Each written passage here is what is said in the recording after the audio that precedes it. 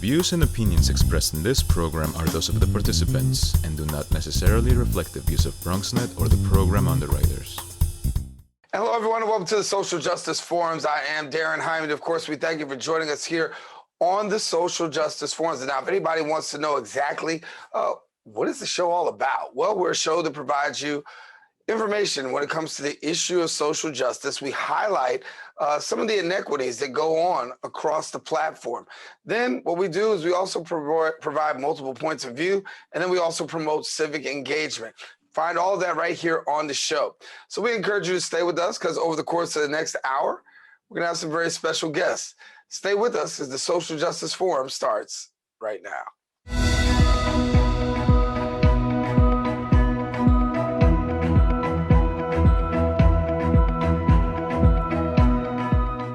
For 40 years, the Local Initiative Support Corporation, NYC, has worked to promote equity by directing capital, strategy, and expertise to underinvested communities. The LISC NYC builds on a distinguished track record of investing in housing and other critical community assets through collective efforts, bringing together the public, private, and not-for-profit sectors. Recently, LISC NYC awarded $1.1 million in grants, helping 112 minority businesses owned specifically by people of color to avoid permanent closure and the assistance needed to continue to stay in operation. LISC NYC promotes resources and government policies that are actually helping New York City eradicate the racial wealth gap, as well as protect affordable housing for low and moderate income residents and building pathways for meaningful economic opportunity for all. Joining us now to provide their point of view on the matter, I'm joined by the Executive Director of LISC NYC, Ms. Valerie White. Welcome to the Social Justice Forum. Thank you. Thanks so much for having me. Thank you. And as we know, small business is the lifeblood. It's the lifeblood of America, and particularly hard hit during this COVID-19 pandemic. But your organization has done a great job in really bridging the gap for a lot of these businesses. Yes, we are very pleased to be working with the small businesses in the commercial quarters, which are the lifeblood, the anchors of the communities in which we work. But that's only one part of the ecosystem that makes up community development. Community is also made up of affordable housing, health equity, as well as workforce development and financial stability and mobility. All those things together build a strong community foundation, and we feel that they are very much intertwined as we are looking specifically in this time to develop ways for the recovery during the COVID pandemic. Yeah, you had the opportunity to really pour into these businesses, as I said, 112 businesses, communities of color that really were actually helped out financially through these grants to be able to sustain themselves, and for some, really at the point of closure. Talk to us about the communities of color as small businesses and maybe some of the things that we're not so familiar with when it comes to the inequities that they face. Well, first of all, we were happy to be able to provide that capital to 112 businesses, but we, have to understand that the, what's being faced by small businesses, by communities of color is, very great, particularly in this time. I think, during the best of times, communities of color operate tenuously at best on, day-by-day basis. They don't receive as much investment. They operate under, just inequities that include health, different type of, diseases that are more prevalent in communities of color, low-income communities. A lot of that has to do with the availability of food and food supply that would address health issues, the overcrowdingness that comes from lack of affordable housing, and then, the actual access, to the different services that other communities have. So as a result, when you think of all these things intertwined, and then you have the commercial quarters, which bring economic stability, being also threatened by the uncertainties that happened during the pandemic, and then in just regular times, we have to build a strong foundation by being sure that equity exists in all of those elements that make up our urban commons, that make up a community development, a strong, vibrant community. So LISC works very, very closely to find the investments and deploy that capital to bring things to an even playing field so that these communities could survive. Yeah, and that's a great thing because communities do need to be able to survive. And when we look at the inner city communities, urban neighborhoods, a lot of challenges, and not just business, but also housing. I know that you've done some work in terms of housing and dealing with affordable housing. Share with us your engagement on the Affordable Housing Initiative. Well, this finds its foundation in affordable housing. We began 40 years ago in the South Bronx, and this is BronxNet. So I know a lot of people know the history of the South Bronx and President Jimmy Carter, president at the time, coming and looking at the South Bronx and actually developing the whole concept of community development based upon what was going on there, having the community be involved with rebuilding itself to provide things like affordable housing. So we have worked very, from our beginning, from our inception, on developing mechanisms for building affordable housing and making that the anchor of a community development or urban revitalization plan. So we've, over time, have invested over $3 billion in community investment, have built over 2.5 million square feet of affordable housing and close to 50,000 units in that 40-year span. And we continue to work in affordable housing through providing technical assistance to minority developers, to local nonprofit developers, faith-based developers, also providing lending products to these organizations so that they can have the funds for pre-development activities, acquisition and construction financing, and then through our affiliate, the National Equity Fund, have tax credit equity investment that can come in for the longer term portion of financing for affordable housing. So we do see that as the anchor, but we have a very strong history in affordable housing. Yeah, and when you look at affordable housing, particularly across New York City, not just the borough of the Bronx, one can make an argument that there is not, and I mean not an argument, a serious argument, there's not enough affordable housing. How do you see the Affordable Housing Initiative in New York City, and what can be improved upon? Well, there certainly is not sufficient enough affordable housing for the population here in New York City. And LISC, like many other organizations, are working very, very hard to increase that, the amount of units in the portfolio across the city. But I do think at this particular time right now that we're in the city, there is a window of opportunity to increase units because we are experiencing a shift in general in New York City's real estate market. For the first time in decades, the average rent across New York City is less than $3,000. We do have exodus of individuals who lived in New York City now moving to other places because of the pandemic, because of the ability to now work from home, because of the amenities that one would get for living in New York City. Have changed because we are in this COVID environment. So now we are seeing, more units in the actual inventory across real estate. So this is an opportunity for affordable housing developers, for affordable housing program providers to look and see what is available. Are these units or properties that could be purchased and converted from commercial or regular market rate to affordable housing? And that would require support, it would require additional capital.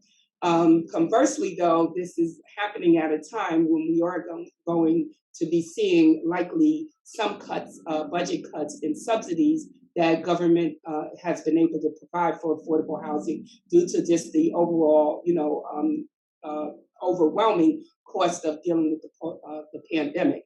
So we're working very hard in this industry to identify opportunities for raising capital, working with the private sector, identifying ways to provide credit enhancement or additional capital support to minority developers, as well as building capacity of minority developers and providing support to nonprofit developers to very quickly take advantage of this, open window in the market. And not only talk about affordable housing, I think one of the greater challenges within the urban community is also this digital divide. One thing that COVID-19 has certainly proven for parents and students is the lack of access and inequity, particularly to technology, internet, the things that people are basic necessities that have been highlighted and even further exacerbated due to COVID-19. Talk to us about the digital divide. Well, I think, it's very easy, and we have, seen it very transparently and very publicly, how the digital divide is impacting education, primary education, because immediately we had children that couldn't go to school and were moving to a virtual platform. But the digital divide is huge. It is how we live. As a society, we have been moving more toward a virtual existence in any event. And that was exacerbated by the pandemic, because there was a point in time where everybody has been relying on it. I mean, you and I are sitting here speaking virtually.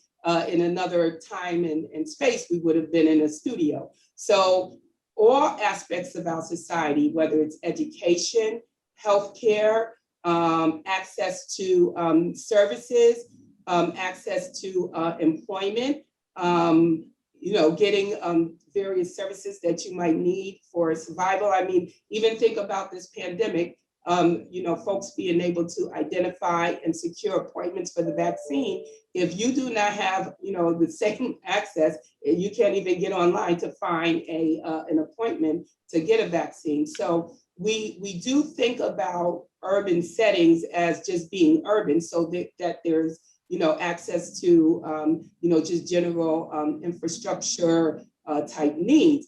But in the city, it's overwhelming how much the difference is between the various pockets, where you look at the socioeconomic statistics of a low-income area than another, that the access just is not, it is not equal.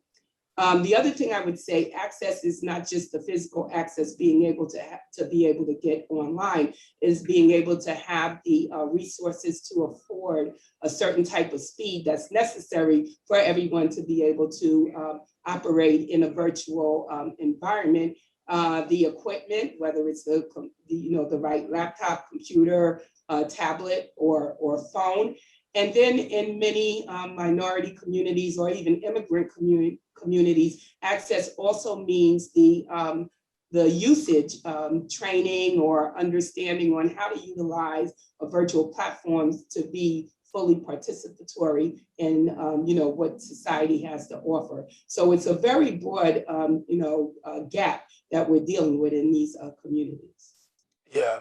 And when you talk about trying to really raise the bar and raise awareness, that means reaching out within the community and building that coalition, but then also really dealing with politicians. What has been the response of, politicians as you begin to tackle some of these issues that are very, weighty and very hard? Are you finding that they're getting it, or are you finding that the ears are not really as bent the way they should be?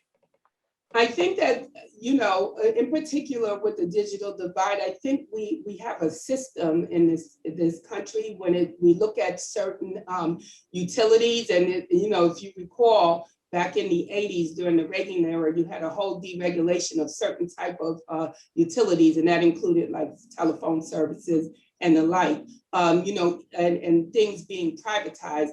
Even our access to electricity is run by a sort of quasi-government agency. So if we're not thinking of broadband access as a utility in the same way, but more of a business, it becomes difficult for it to be evenly distributed. So I think that many politicians who understand the severity of the digital divide also are thinking about how to work within the current legal system that we have in dealing with broadbands and the regulatory aspects of it. So until it's thought of like a regular utility like water and heat and electricity and access, if it's put into that category, then we will be looking to see certain type of legal changes, regulatory changes, and that needs to start really at the federal level and filter its way down.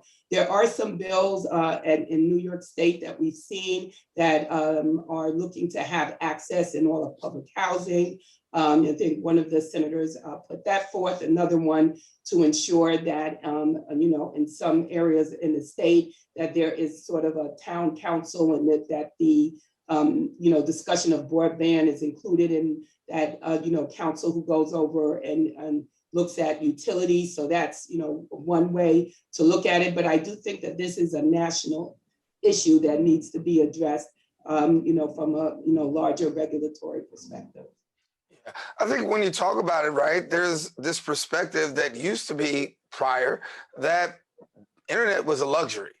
And now it's viewed as a basic necessity, something that everybody needs along with everyday life. But it's taken a while for a lot of people to really come across the aisle on that one, to not look at it as a luxury, but now, of course, with COVID-19, a basic necessity. Well, as I said, yes, we were moving in that direction anyway, that it was not so much of a luxury, it was a necessity, because if everyone doesn't have equal access to the internet, then you don't have equal access to the education, financial mobility, healthcare, all of the things that would help, bring certain communities up to equity, right, with other communities that do have that access. So if we're not addressing it as a necessity, as a utility, as a right, then we're basically cutting off one particular segment of our society from having that opportunity to be mobile and obtain wealth and close the gaps of access to upward mobility and equity. Yeah, we're winding up our time together, but I do want to give you an opportunity to share how people can get connected to LISC and what are some of the ways that they can continue to support as well as endorse some of the things that you're doing. Well, we appreciate all of our partners. We have over 50 nonprofit partners across the city. As an intermediary, we deploy capital to those partners who provide on-the-ground represented underinvested communities across the city. Our website, lisc.org/NYC for New York City, has a whole host of information outlining the work that we do in the 5 key areas that we work in: robust lending for community developers, affordable housing, workforce development and financial mobility, small business and economic development, and of course, health equity. So we invite you to take a look at our website. In the events section, we actually have a list of various webinars, information that we provide on a regular basis to external stakeholders and our partners, talking about various type of ways to have these improvements in the community. So we invite folks to take a look at our website. Well, thank you so much for sharing with us today, and we are glad that we can have the opportunity to discuss much of the work that goes on with LISC and the things that you do. Thank you so much. Thank you. Thank you. All righty. Well, we want you to stay with us here on the Social Justice Forums. The conversation continues as we shift gears, coming up right after this.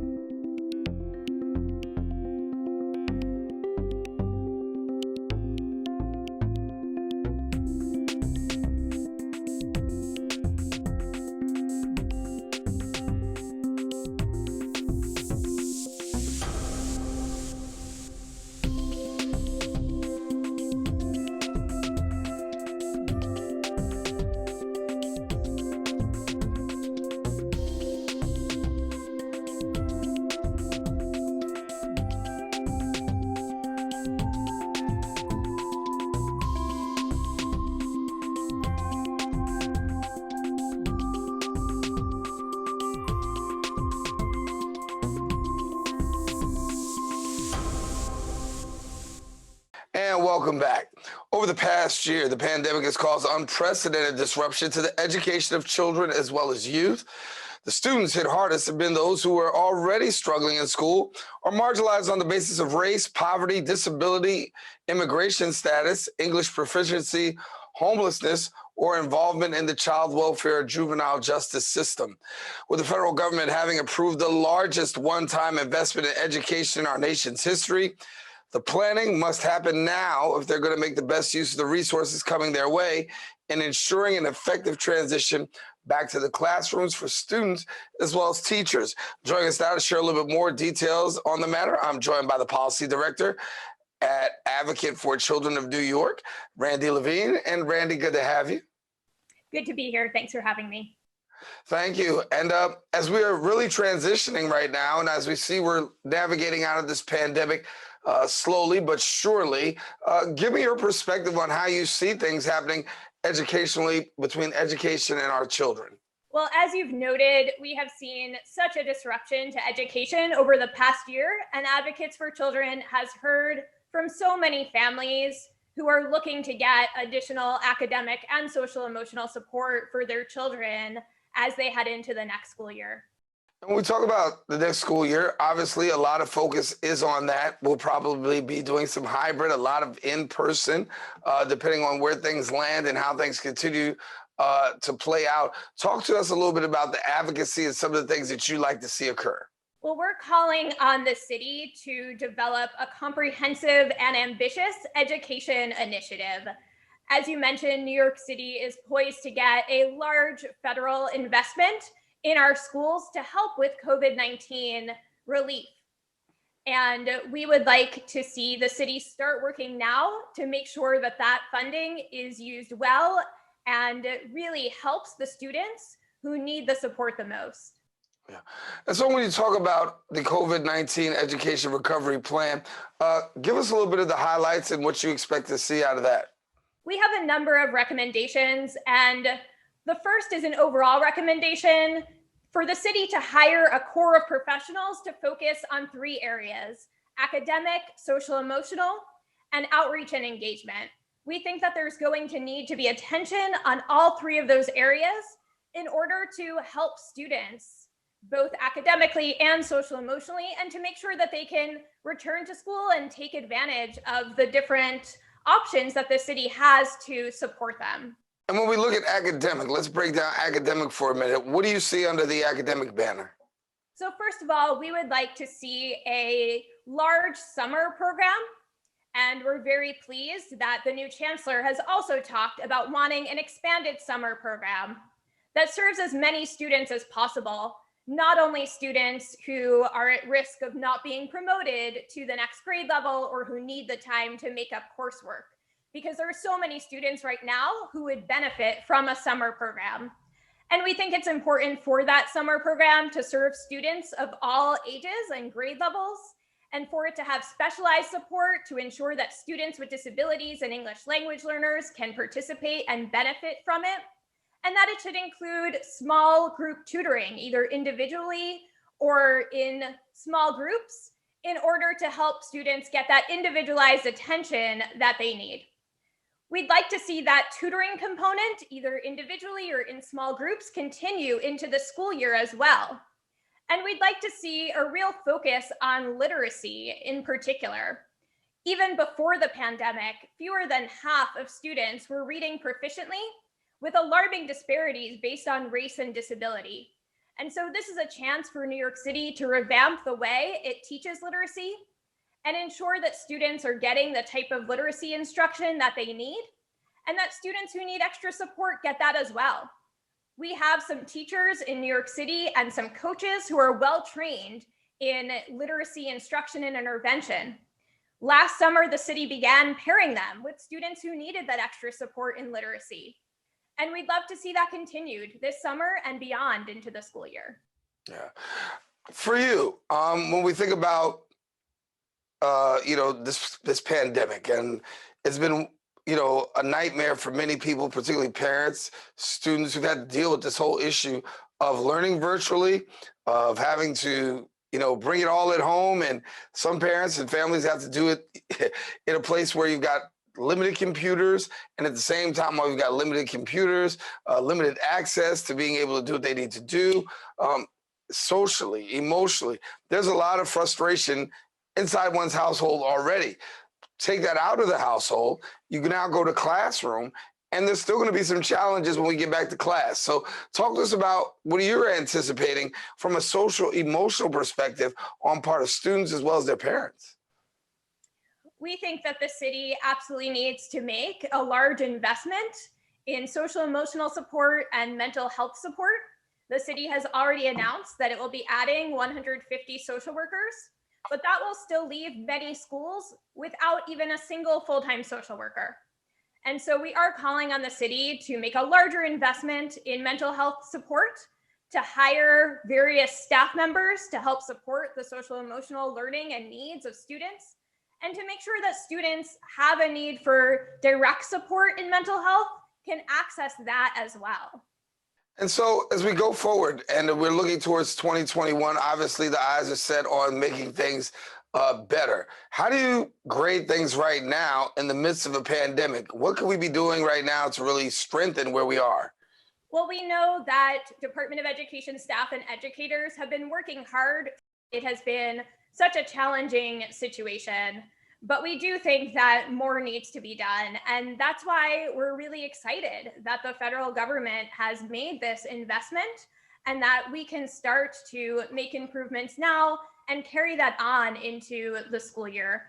And we really need equity to be at the focus and need to think about what different populations of students need. So just as one example, students with disabilities is one example of a group of students who have had a particularly difficult time during the pandemic. A lot of special education services just don't translate online, and many students have gone without their needed special education instruction and services. And so we think it's important for the city to plan now for how students will get makeup special education instruction and services, which the law says they have the right to receive. And as the summer's upon us right now, well, I should say coming soon, as things continue to move quickly, but summer from an educational standpoint is now, because we're planning ahead and planning towards the future. Talk to us about summer program for students. Well, we think it is important to have expanded summer programming that really has those components that we've been discussing, an academic component, social emotional component, and that it's an opportunity for outreach and engagement to ensure that every student who wants to participate in summer programming has a way to get there, knows about it, is able to access it. And again, we think it's vital for the programs also to have specialized support for students with disabilities and English language learners who have had so much difficulty accessing the special education instruction or the language instruction that they have the right to receive during the pandemic. And so let's take this summer to start getting them that specialized support and to help as many students as possible learn and get the support they need. I want to also tackle and touch upon another population of people, and that's disabled students. When we talk about disabled students, and services provided for disabled students. I know you have a particular perspective on that. Share. Yes, we've heard from so many families over the past year whose students with disabilities had a particularly difficult time getting the support they needed. Students with disabilities may not be able to log on and participate in class and may need adult support in order to do that. And services often don't translate the same way that they do over a screen versus in person. So, for example, some children have the right to speech therapy or physical therapy, and it can be difficult to get some of those services online depending on the nature of the student's disability.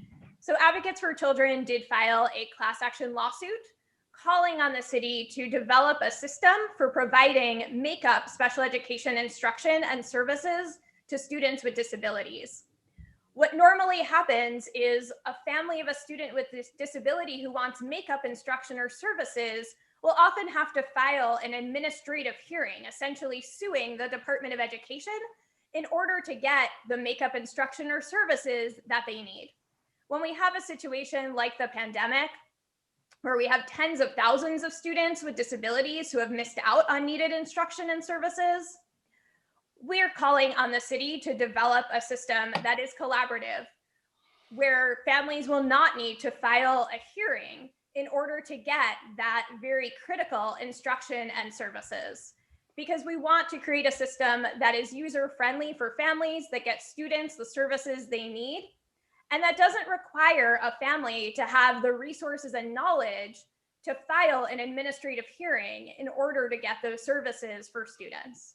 When we talk about that filing, talk to us about where that class action lawsuit stands. Well, unfortunately, the city and the state both filed motions to dismiss the lawsuit instead of stepping up and announcing a system to provide makeup instruction and services for students with disabilities. And so we really hope that the city and state will think about the type of system that they can provide so that children can get needed instruction and services following this very difficult time. Yeah. And so the work continues. I mean, what have you found to be the biggest challenge in the midst of all of this as we're navigating the pandemic for students? I think it's so hard to say what the biggest challenge is. I think the pandemic has created such a disruption to the education of children, and children who have been online learning since last spring, you can't replicate in-person learning over a screen. And so the education system has a lot of work to do in order to bring students back while keeping school communities safe and ensuring that students get the academic and social emotional support they need to move forward. What do you want people to know and to pay attention to as we're looking forward to going ahead towards the spring, summer, as you are laying out a course that you want to see things happen, and the public, of course, being engaged and supporting the work that you do? What do you want people to know? Well, I think we've talked about a number of very important issues already.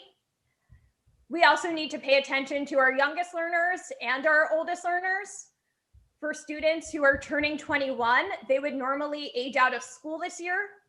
We are very much hoping that they'll have the opportunity to come back to school next year so that they can finish earning their high school diploma, get any additional coursework that they need in order to graduate, and also get needed transition support so that they're ready for life after high school.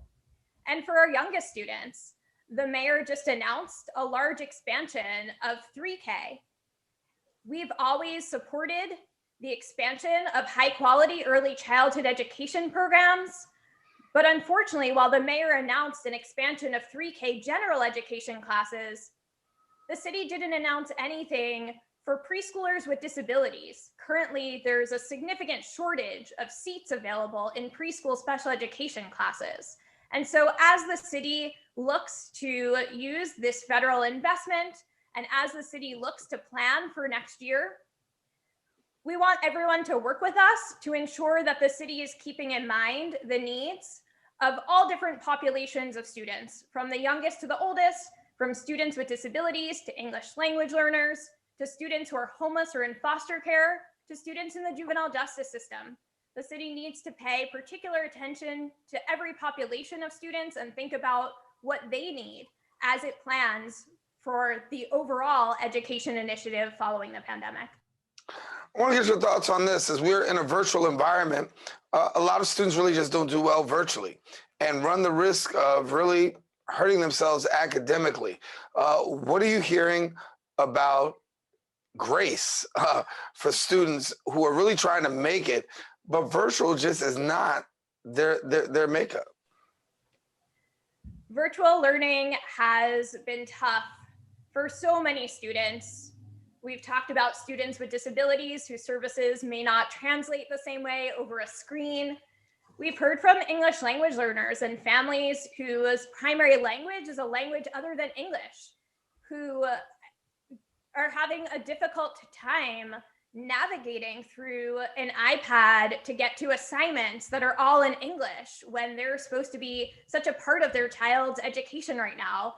We've heard from families living in shelters where there isn't sufficient Wi-Fi or even cellular data access for the Department of Education's iPads to work. And so there are so many students who have had challenges with online learning. And that's why it's so important for the Department of Education to think about what additional support students need at this point. And that's why we need the Department of Education to provide a system of compensatory services so that students with disabilities can get the special education instruction and services they've missed out on for the past year. To design a system for English language learners to get the bilingual instruction or English as a new language instruction that they've missed out on over the past year. To allow 21-year-olds who would normally age out of school to return for an additional year so that no student loses their chance to graduate as a result of the pandemic. And to think about what students need to ensure that to the greatest extent possible, students aren't punished because of this pandemic, and that instead we're providing an opportunity to think about how we provide students with hope moving forward and to really rethink how we do some things within our school system with a focus on equity and providing students with the individualized and specialized support and attention that they need. All right. Randi, we're going to leave it there, but thank you so much for joining us here on the show. Great information as we talk here on the Social Justice Forums. Randi Levine, thanks a lot. Thanks for having me. Randi Levine, thank you so much for joining us. And as a lot of information has been shared, hopefully the public will become more aware. We want you to stay with us. The Social Justice Forums will continue coming up right after this. We know that people are dealing with the health crisis, but there's also a lot of food insecurity. We're giving out healthy food options, and that's what's key here. If you're a senior, you have a disability, they'll actually deliver meals to you. The residents are anxious, they're worried, they're scared, they want to be tested. When things were happening in our community and we couldn't get the help. There's almost a presumption of criminality that attaches to your skin color. The site will prioritize those who are at highest risk in the population. If you feel symptoms and you'd like to visit one of these COVID-19 testing sites here in the Bronx, you may call the State Health Department's hotline. Important to note about this site is no reservations are needed. This is a walk-in clinic. A lot of us are out of work and looking for something to do. We have the machinery and the skills to make large scales of these masks and gowns. Take care of your people. It's going to go way further than we actually can understand. Right now, employees like myself are just adjusting to the new reality. Reporting from BronxNet,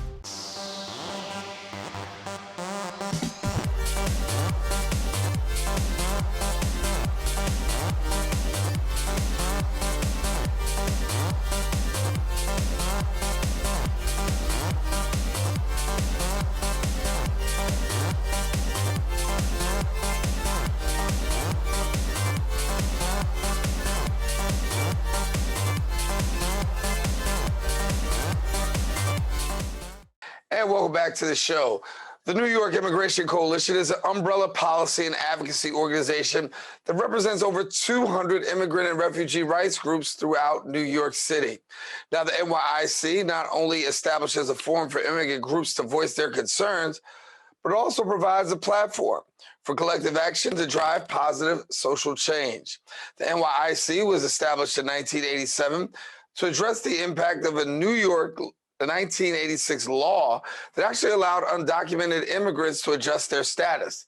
And more than 30 years later, the nation is still debating the issue of immigration. Joining us now to share a little bit more about this topic, talk about immigration and the work that's going on, we're pleased to be joined by the Interim Vice President of Advocacy at the New York Immigration Coalition, Alana Pilar Cantillo, and we welcome you to the show, Alana. Thank you so much for having me. Happy to be here with you. I'm glad to have you. I first want to get your take. We know that in recent times we've seen the latest in racism and also hatred and bigotry against the Asian American community. With your work with immigrants, talk to us about just your reaction to what we're seeing with regards to the Asian hate that has been further increased over recent times. Yeah, no, we're really disheartened and disgusted by the way that our Asian American friends, colleagues, allies, neighbors have been unjustly targeted in recent months. We know that a lot of this vitriol, came first and foremost at the hands of our former president. We know that hate has been on the rise for a number of years.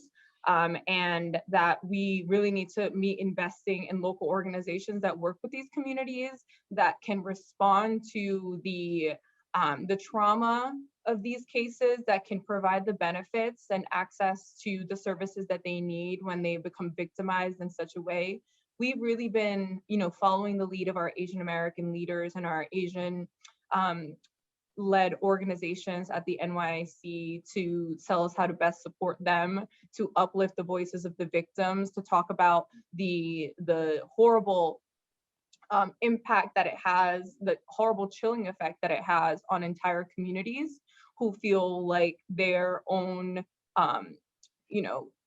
leaders and their own neighbors aren't standing by them, and that they aren't accountable to the horrible disease that everyone has been impacted by. Immigrants have been disproportionately impacted, Asian among those, and so we're really disheartened to see the way that they're getting lashed out and they're being victimized. It's sort of like being double victimized, first by the pandemic and the lack of access to so many resources, and then by folks turning their back and really placing the blame on them.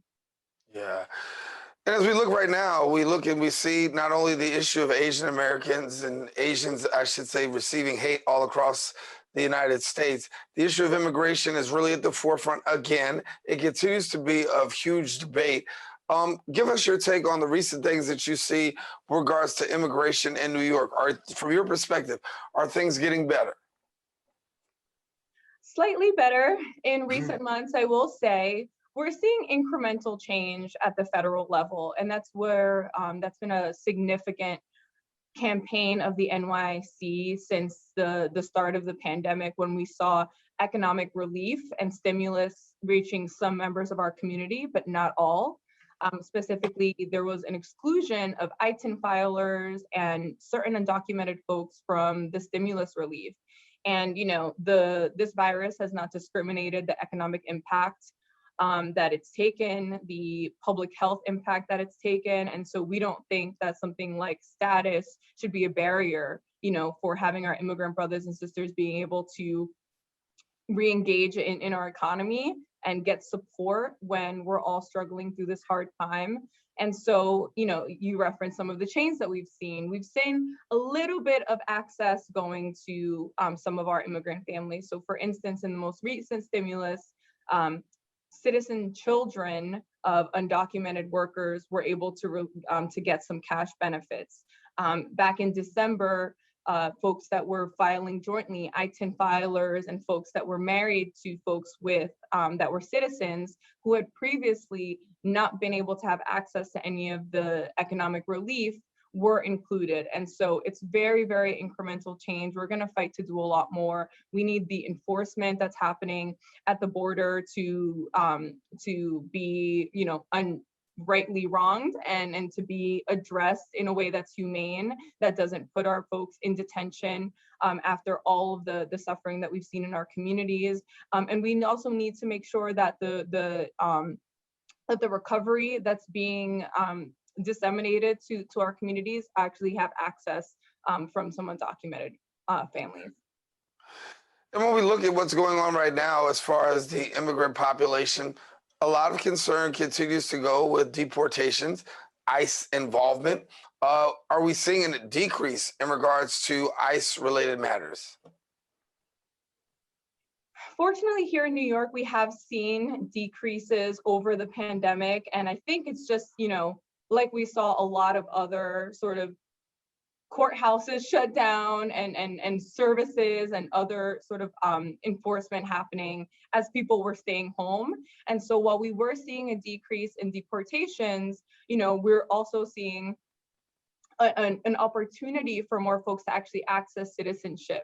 And in order for us to be able to address those court reopenings and those increase in applications like we've seen with DACA and with TPS, we need folks to be able to have access to legal representation. And so the NYC last year introduced the first in the nation bill that would help low-income New Yorkers that are facing detention have access to a lawyer, because as you can imagine, these cases are very complicated, and you have a 10 times higher likelihood of being able to settle your case and secure your residency here in the States if you have a lawyer.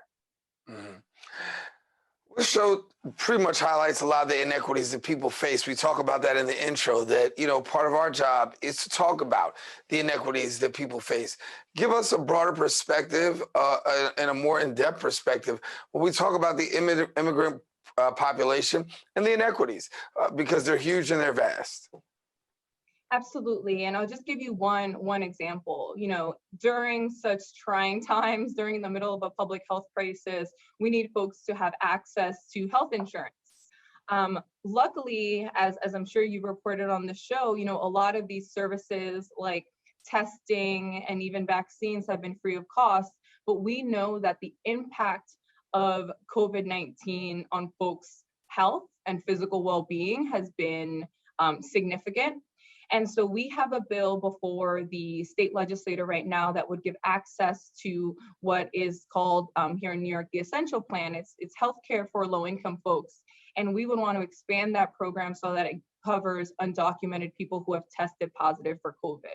Because what we're seeing is that, these long haulers, as they're called, they don't have access to the treatment maybe from the high blood pressure that they developed from the long-standing pulmonary effects that they were having from COVID, from asthma, from sort of all of these other all these other symptoms and illnesses that have been triggered by the virus, and that they still need to manage long after the virus is gone. And so that campaign is called Coverage for All.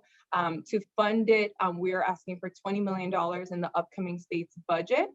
20 million in the grand scheme of the budget is a drop in the bucket. And really, we're looking at the folks who are the most at risk, who have been severely impacted by COVID-19 and who, after they do receive access to free testing, have no way to manage the long-term risk of the disease. Mm. Also, I know that you have the Defend Our New York collaborative. Give us a little bit about that. Yes. So as you mentioned, though, we've been seeing less enforcement around ICE and CBP and less, border enforcement. We anticipate that it's going to pick up as folks start reopening, as folks start getting vaccinated, and people feel more comfortable to move around the state. So the New York for All Act is one of our top priorities under the banner of Defend and Protect All New Yorkers. And what that bill would do is it wouldn't allow for law enforcement, correction officers, probation officers, and staff of those agencies to coordinate with ICE. And so what we found is that when folks enter our state's criminal justice system, they are at a secondary risk with ICE when state employees are giving out the information or doing collusion efforts with ICE. and ultimately doing the federal government's dirty work. That's not what New Yorkers pay taxes for. Those are not the actions that reflect our values. And unfortunately, here in New York State, we have a two-tiered system. You know, if you're lucky enough to live in a municipality with some sanctuary policy, with some lack of agreements that happen between local law enforcement and federal immigration enforcement, greater risk. You're at greater risk of going in to file for a marriage certificate, going in to get a driver's license, and then have maybe an anti-immigrant, a racist employee use maybe that you're using foreign documents against you. And so we want to end that collusion. We want to end that collaboration that we're seeing and have seen in for a number of years, so that folks can work, go to school, go to housing court, be able to access a lot of the key services that they invest in through their local taxes and their retail taxes, so that they can really be, you know, protected, and so that New York employees are not colluding and doing the federal government's dirty work. Yeah. Well, let's talk about the federal government for a minute. Obviously, a new presidential administration. Jury's still out. Got just a couple of months under the belt. But so far, do you like what you're seeing? We at the NYC, we're really appreciative of the U.S. Citizenship Act. Seeing such a strong piece of legislation that provides a pathway to citizenship for 11 million over several years. You know, it's not something that's going to really change folks' livelihood overnight, but it's a step in the right direction. We are supportive of the bill, but we also understand that there are some limitations to the way that the federal government operates. We know that there is a filibuster that, you know, doesn't allow policies to be enacted without a supermajority of 60 votes, of which the current, you know, the Democrats and the majority caucus don't have. You know, we're grateful for, you know, the leadership of the Vice President Harris to go in and be the tie-breaking vote. But we know that it's going to be a long fight. The executive orders that we've seen from the Biden administration have been heartening.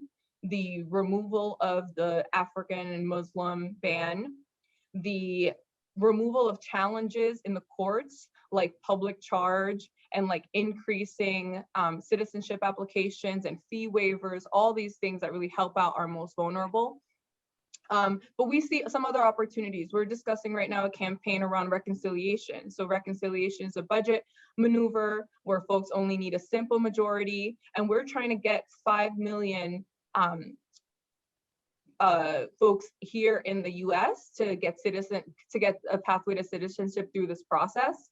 And reconciliation, we're specifically targeting DACA and TPS holders, as well as essential workers. You know, it's really unjust to rely on the work of immigrants, on the skill set of immigrants to get folks out of this, you know, COVID pandemic and through a recovery that will benefit everyone, and then not give those people permanent protections to stay in the country that they're making such wonderful and necessary investments in during our time of need. Yeah.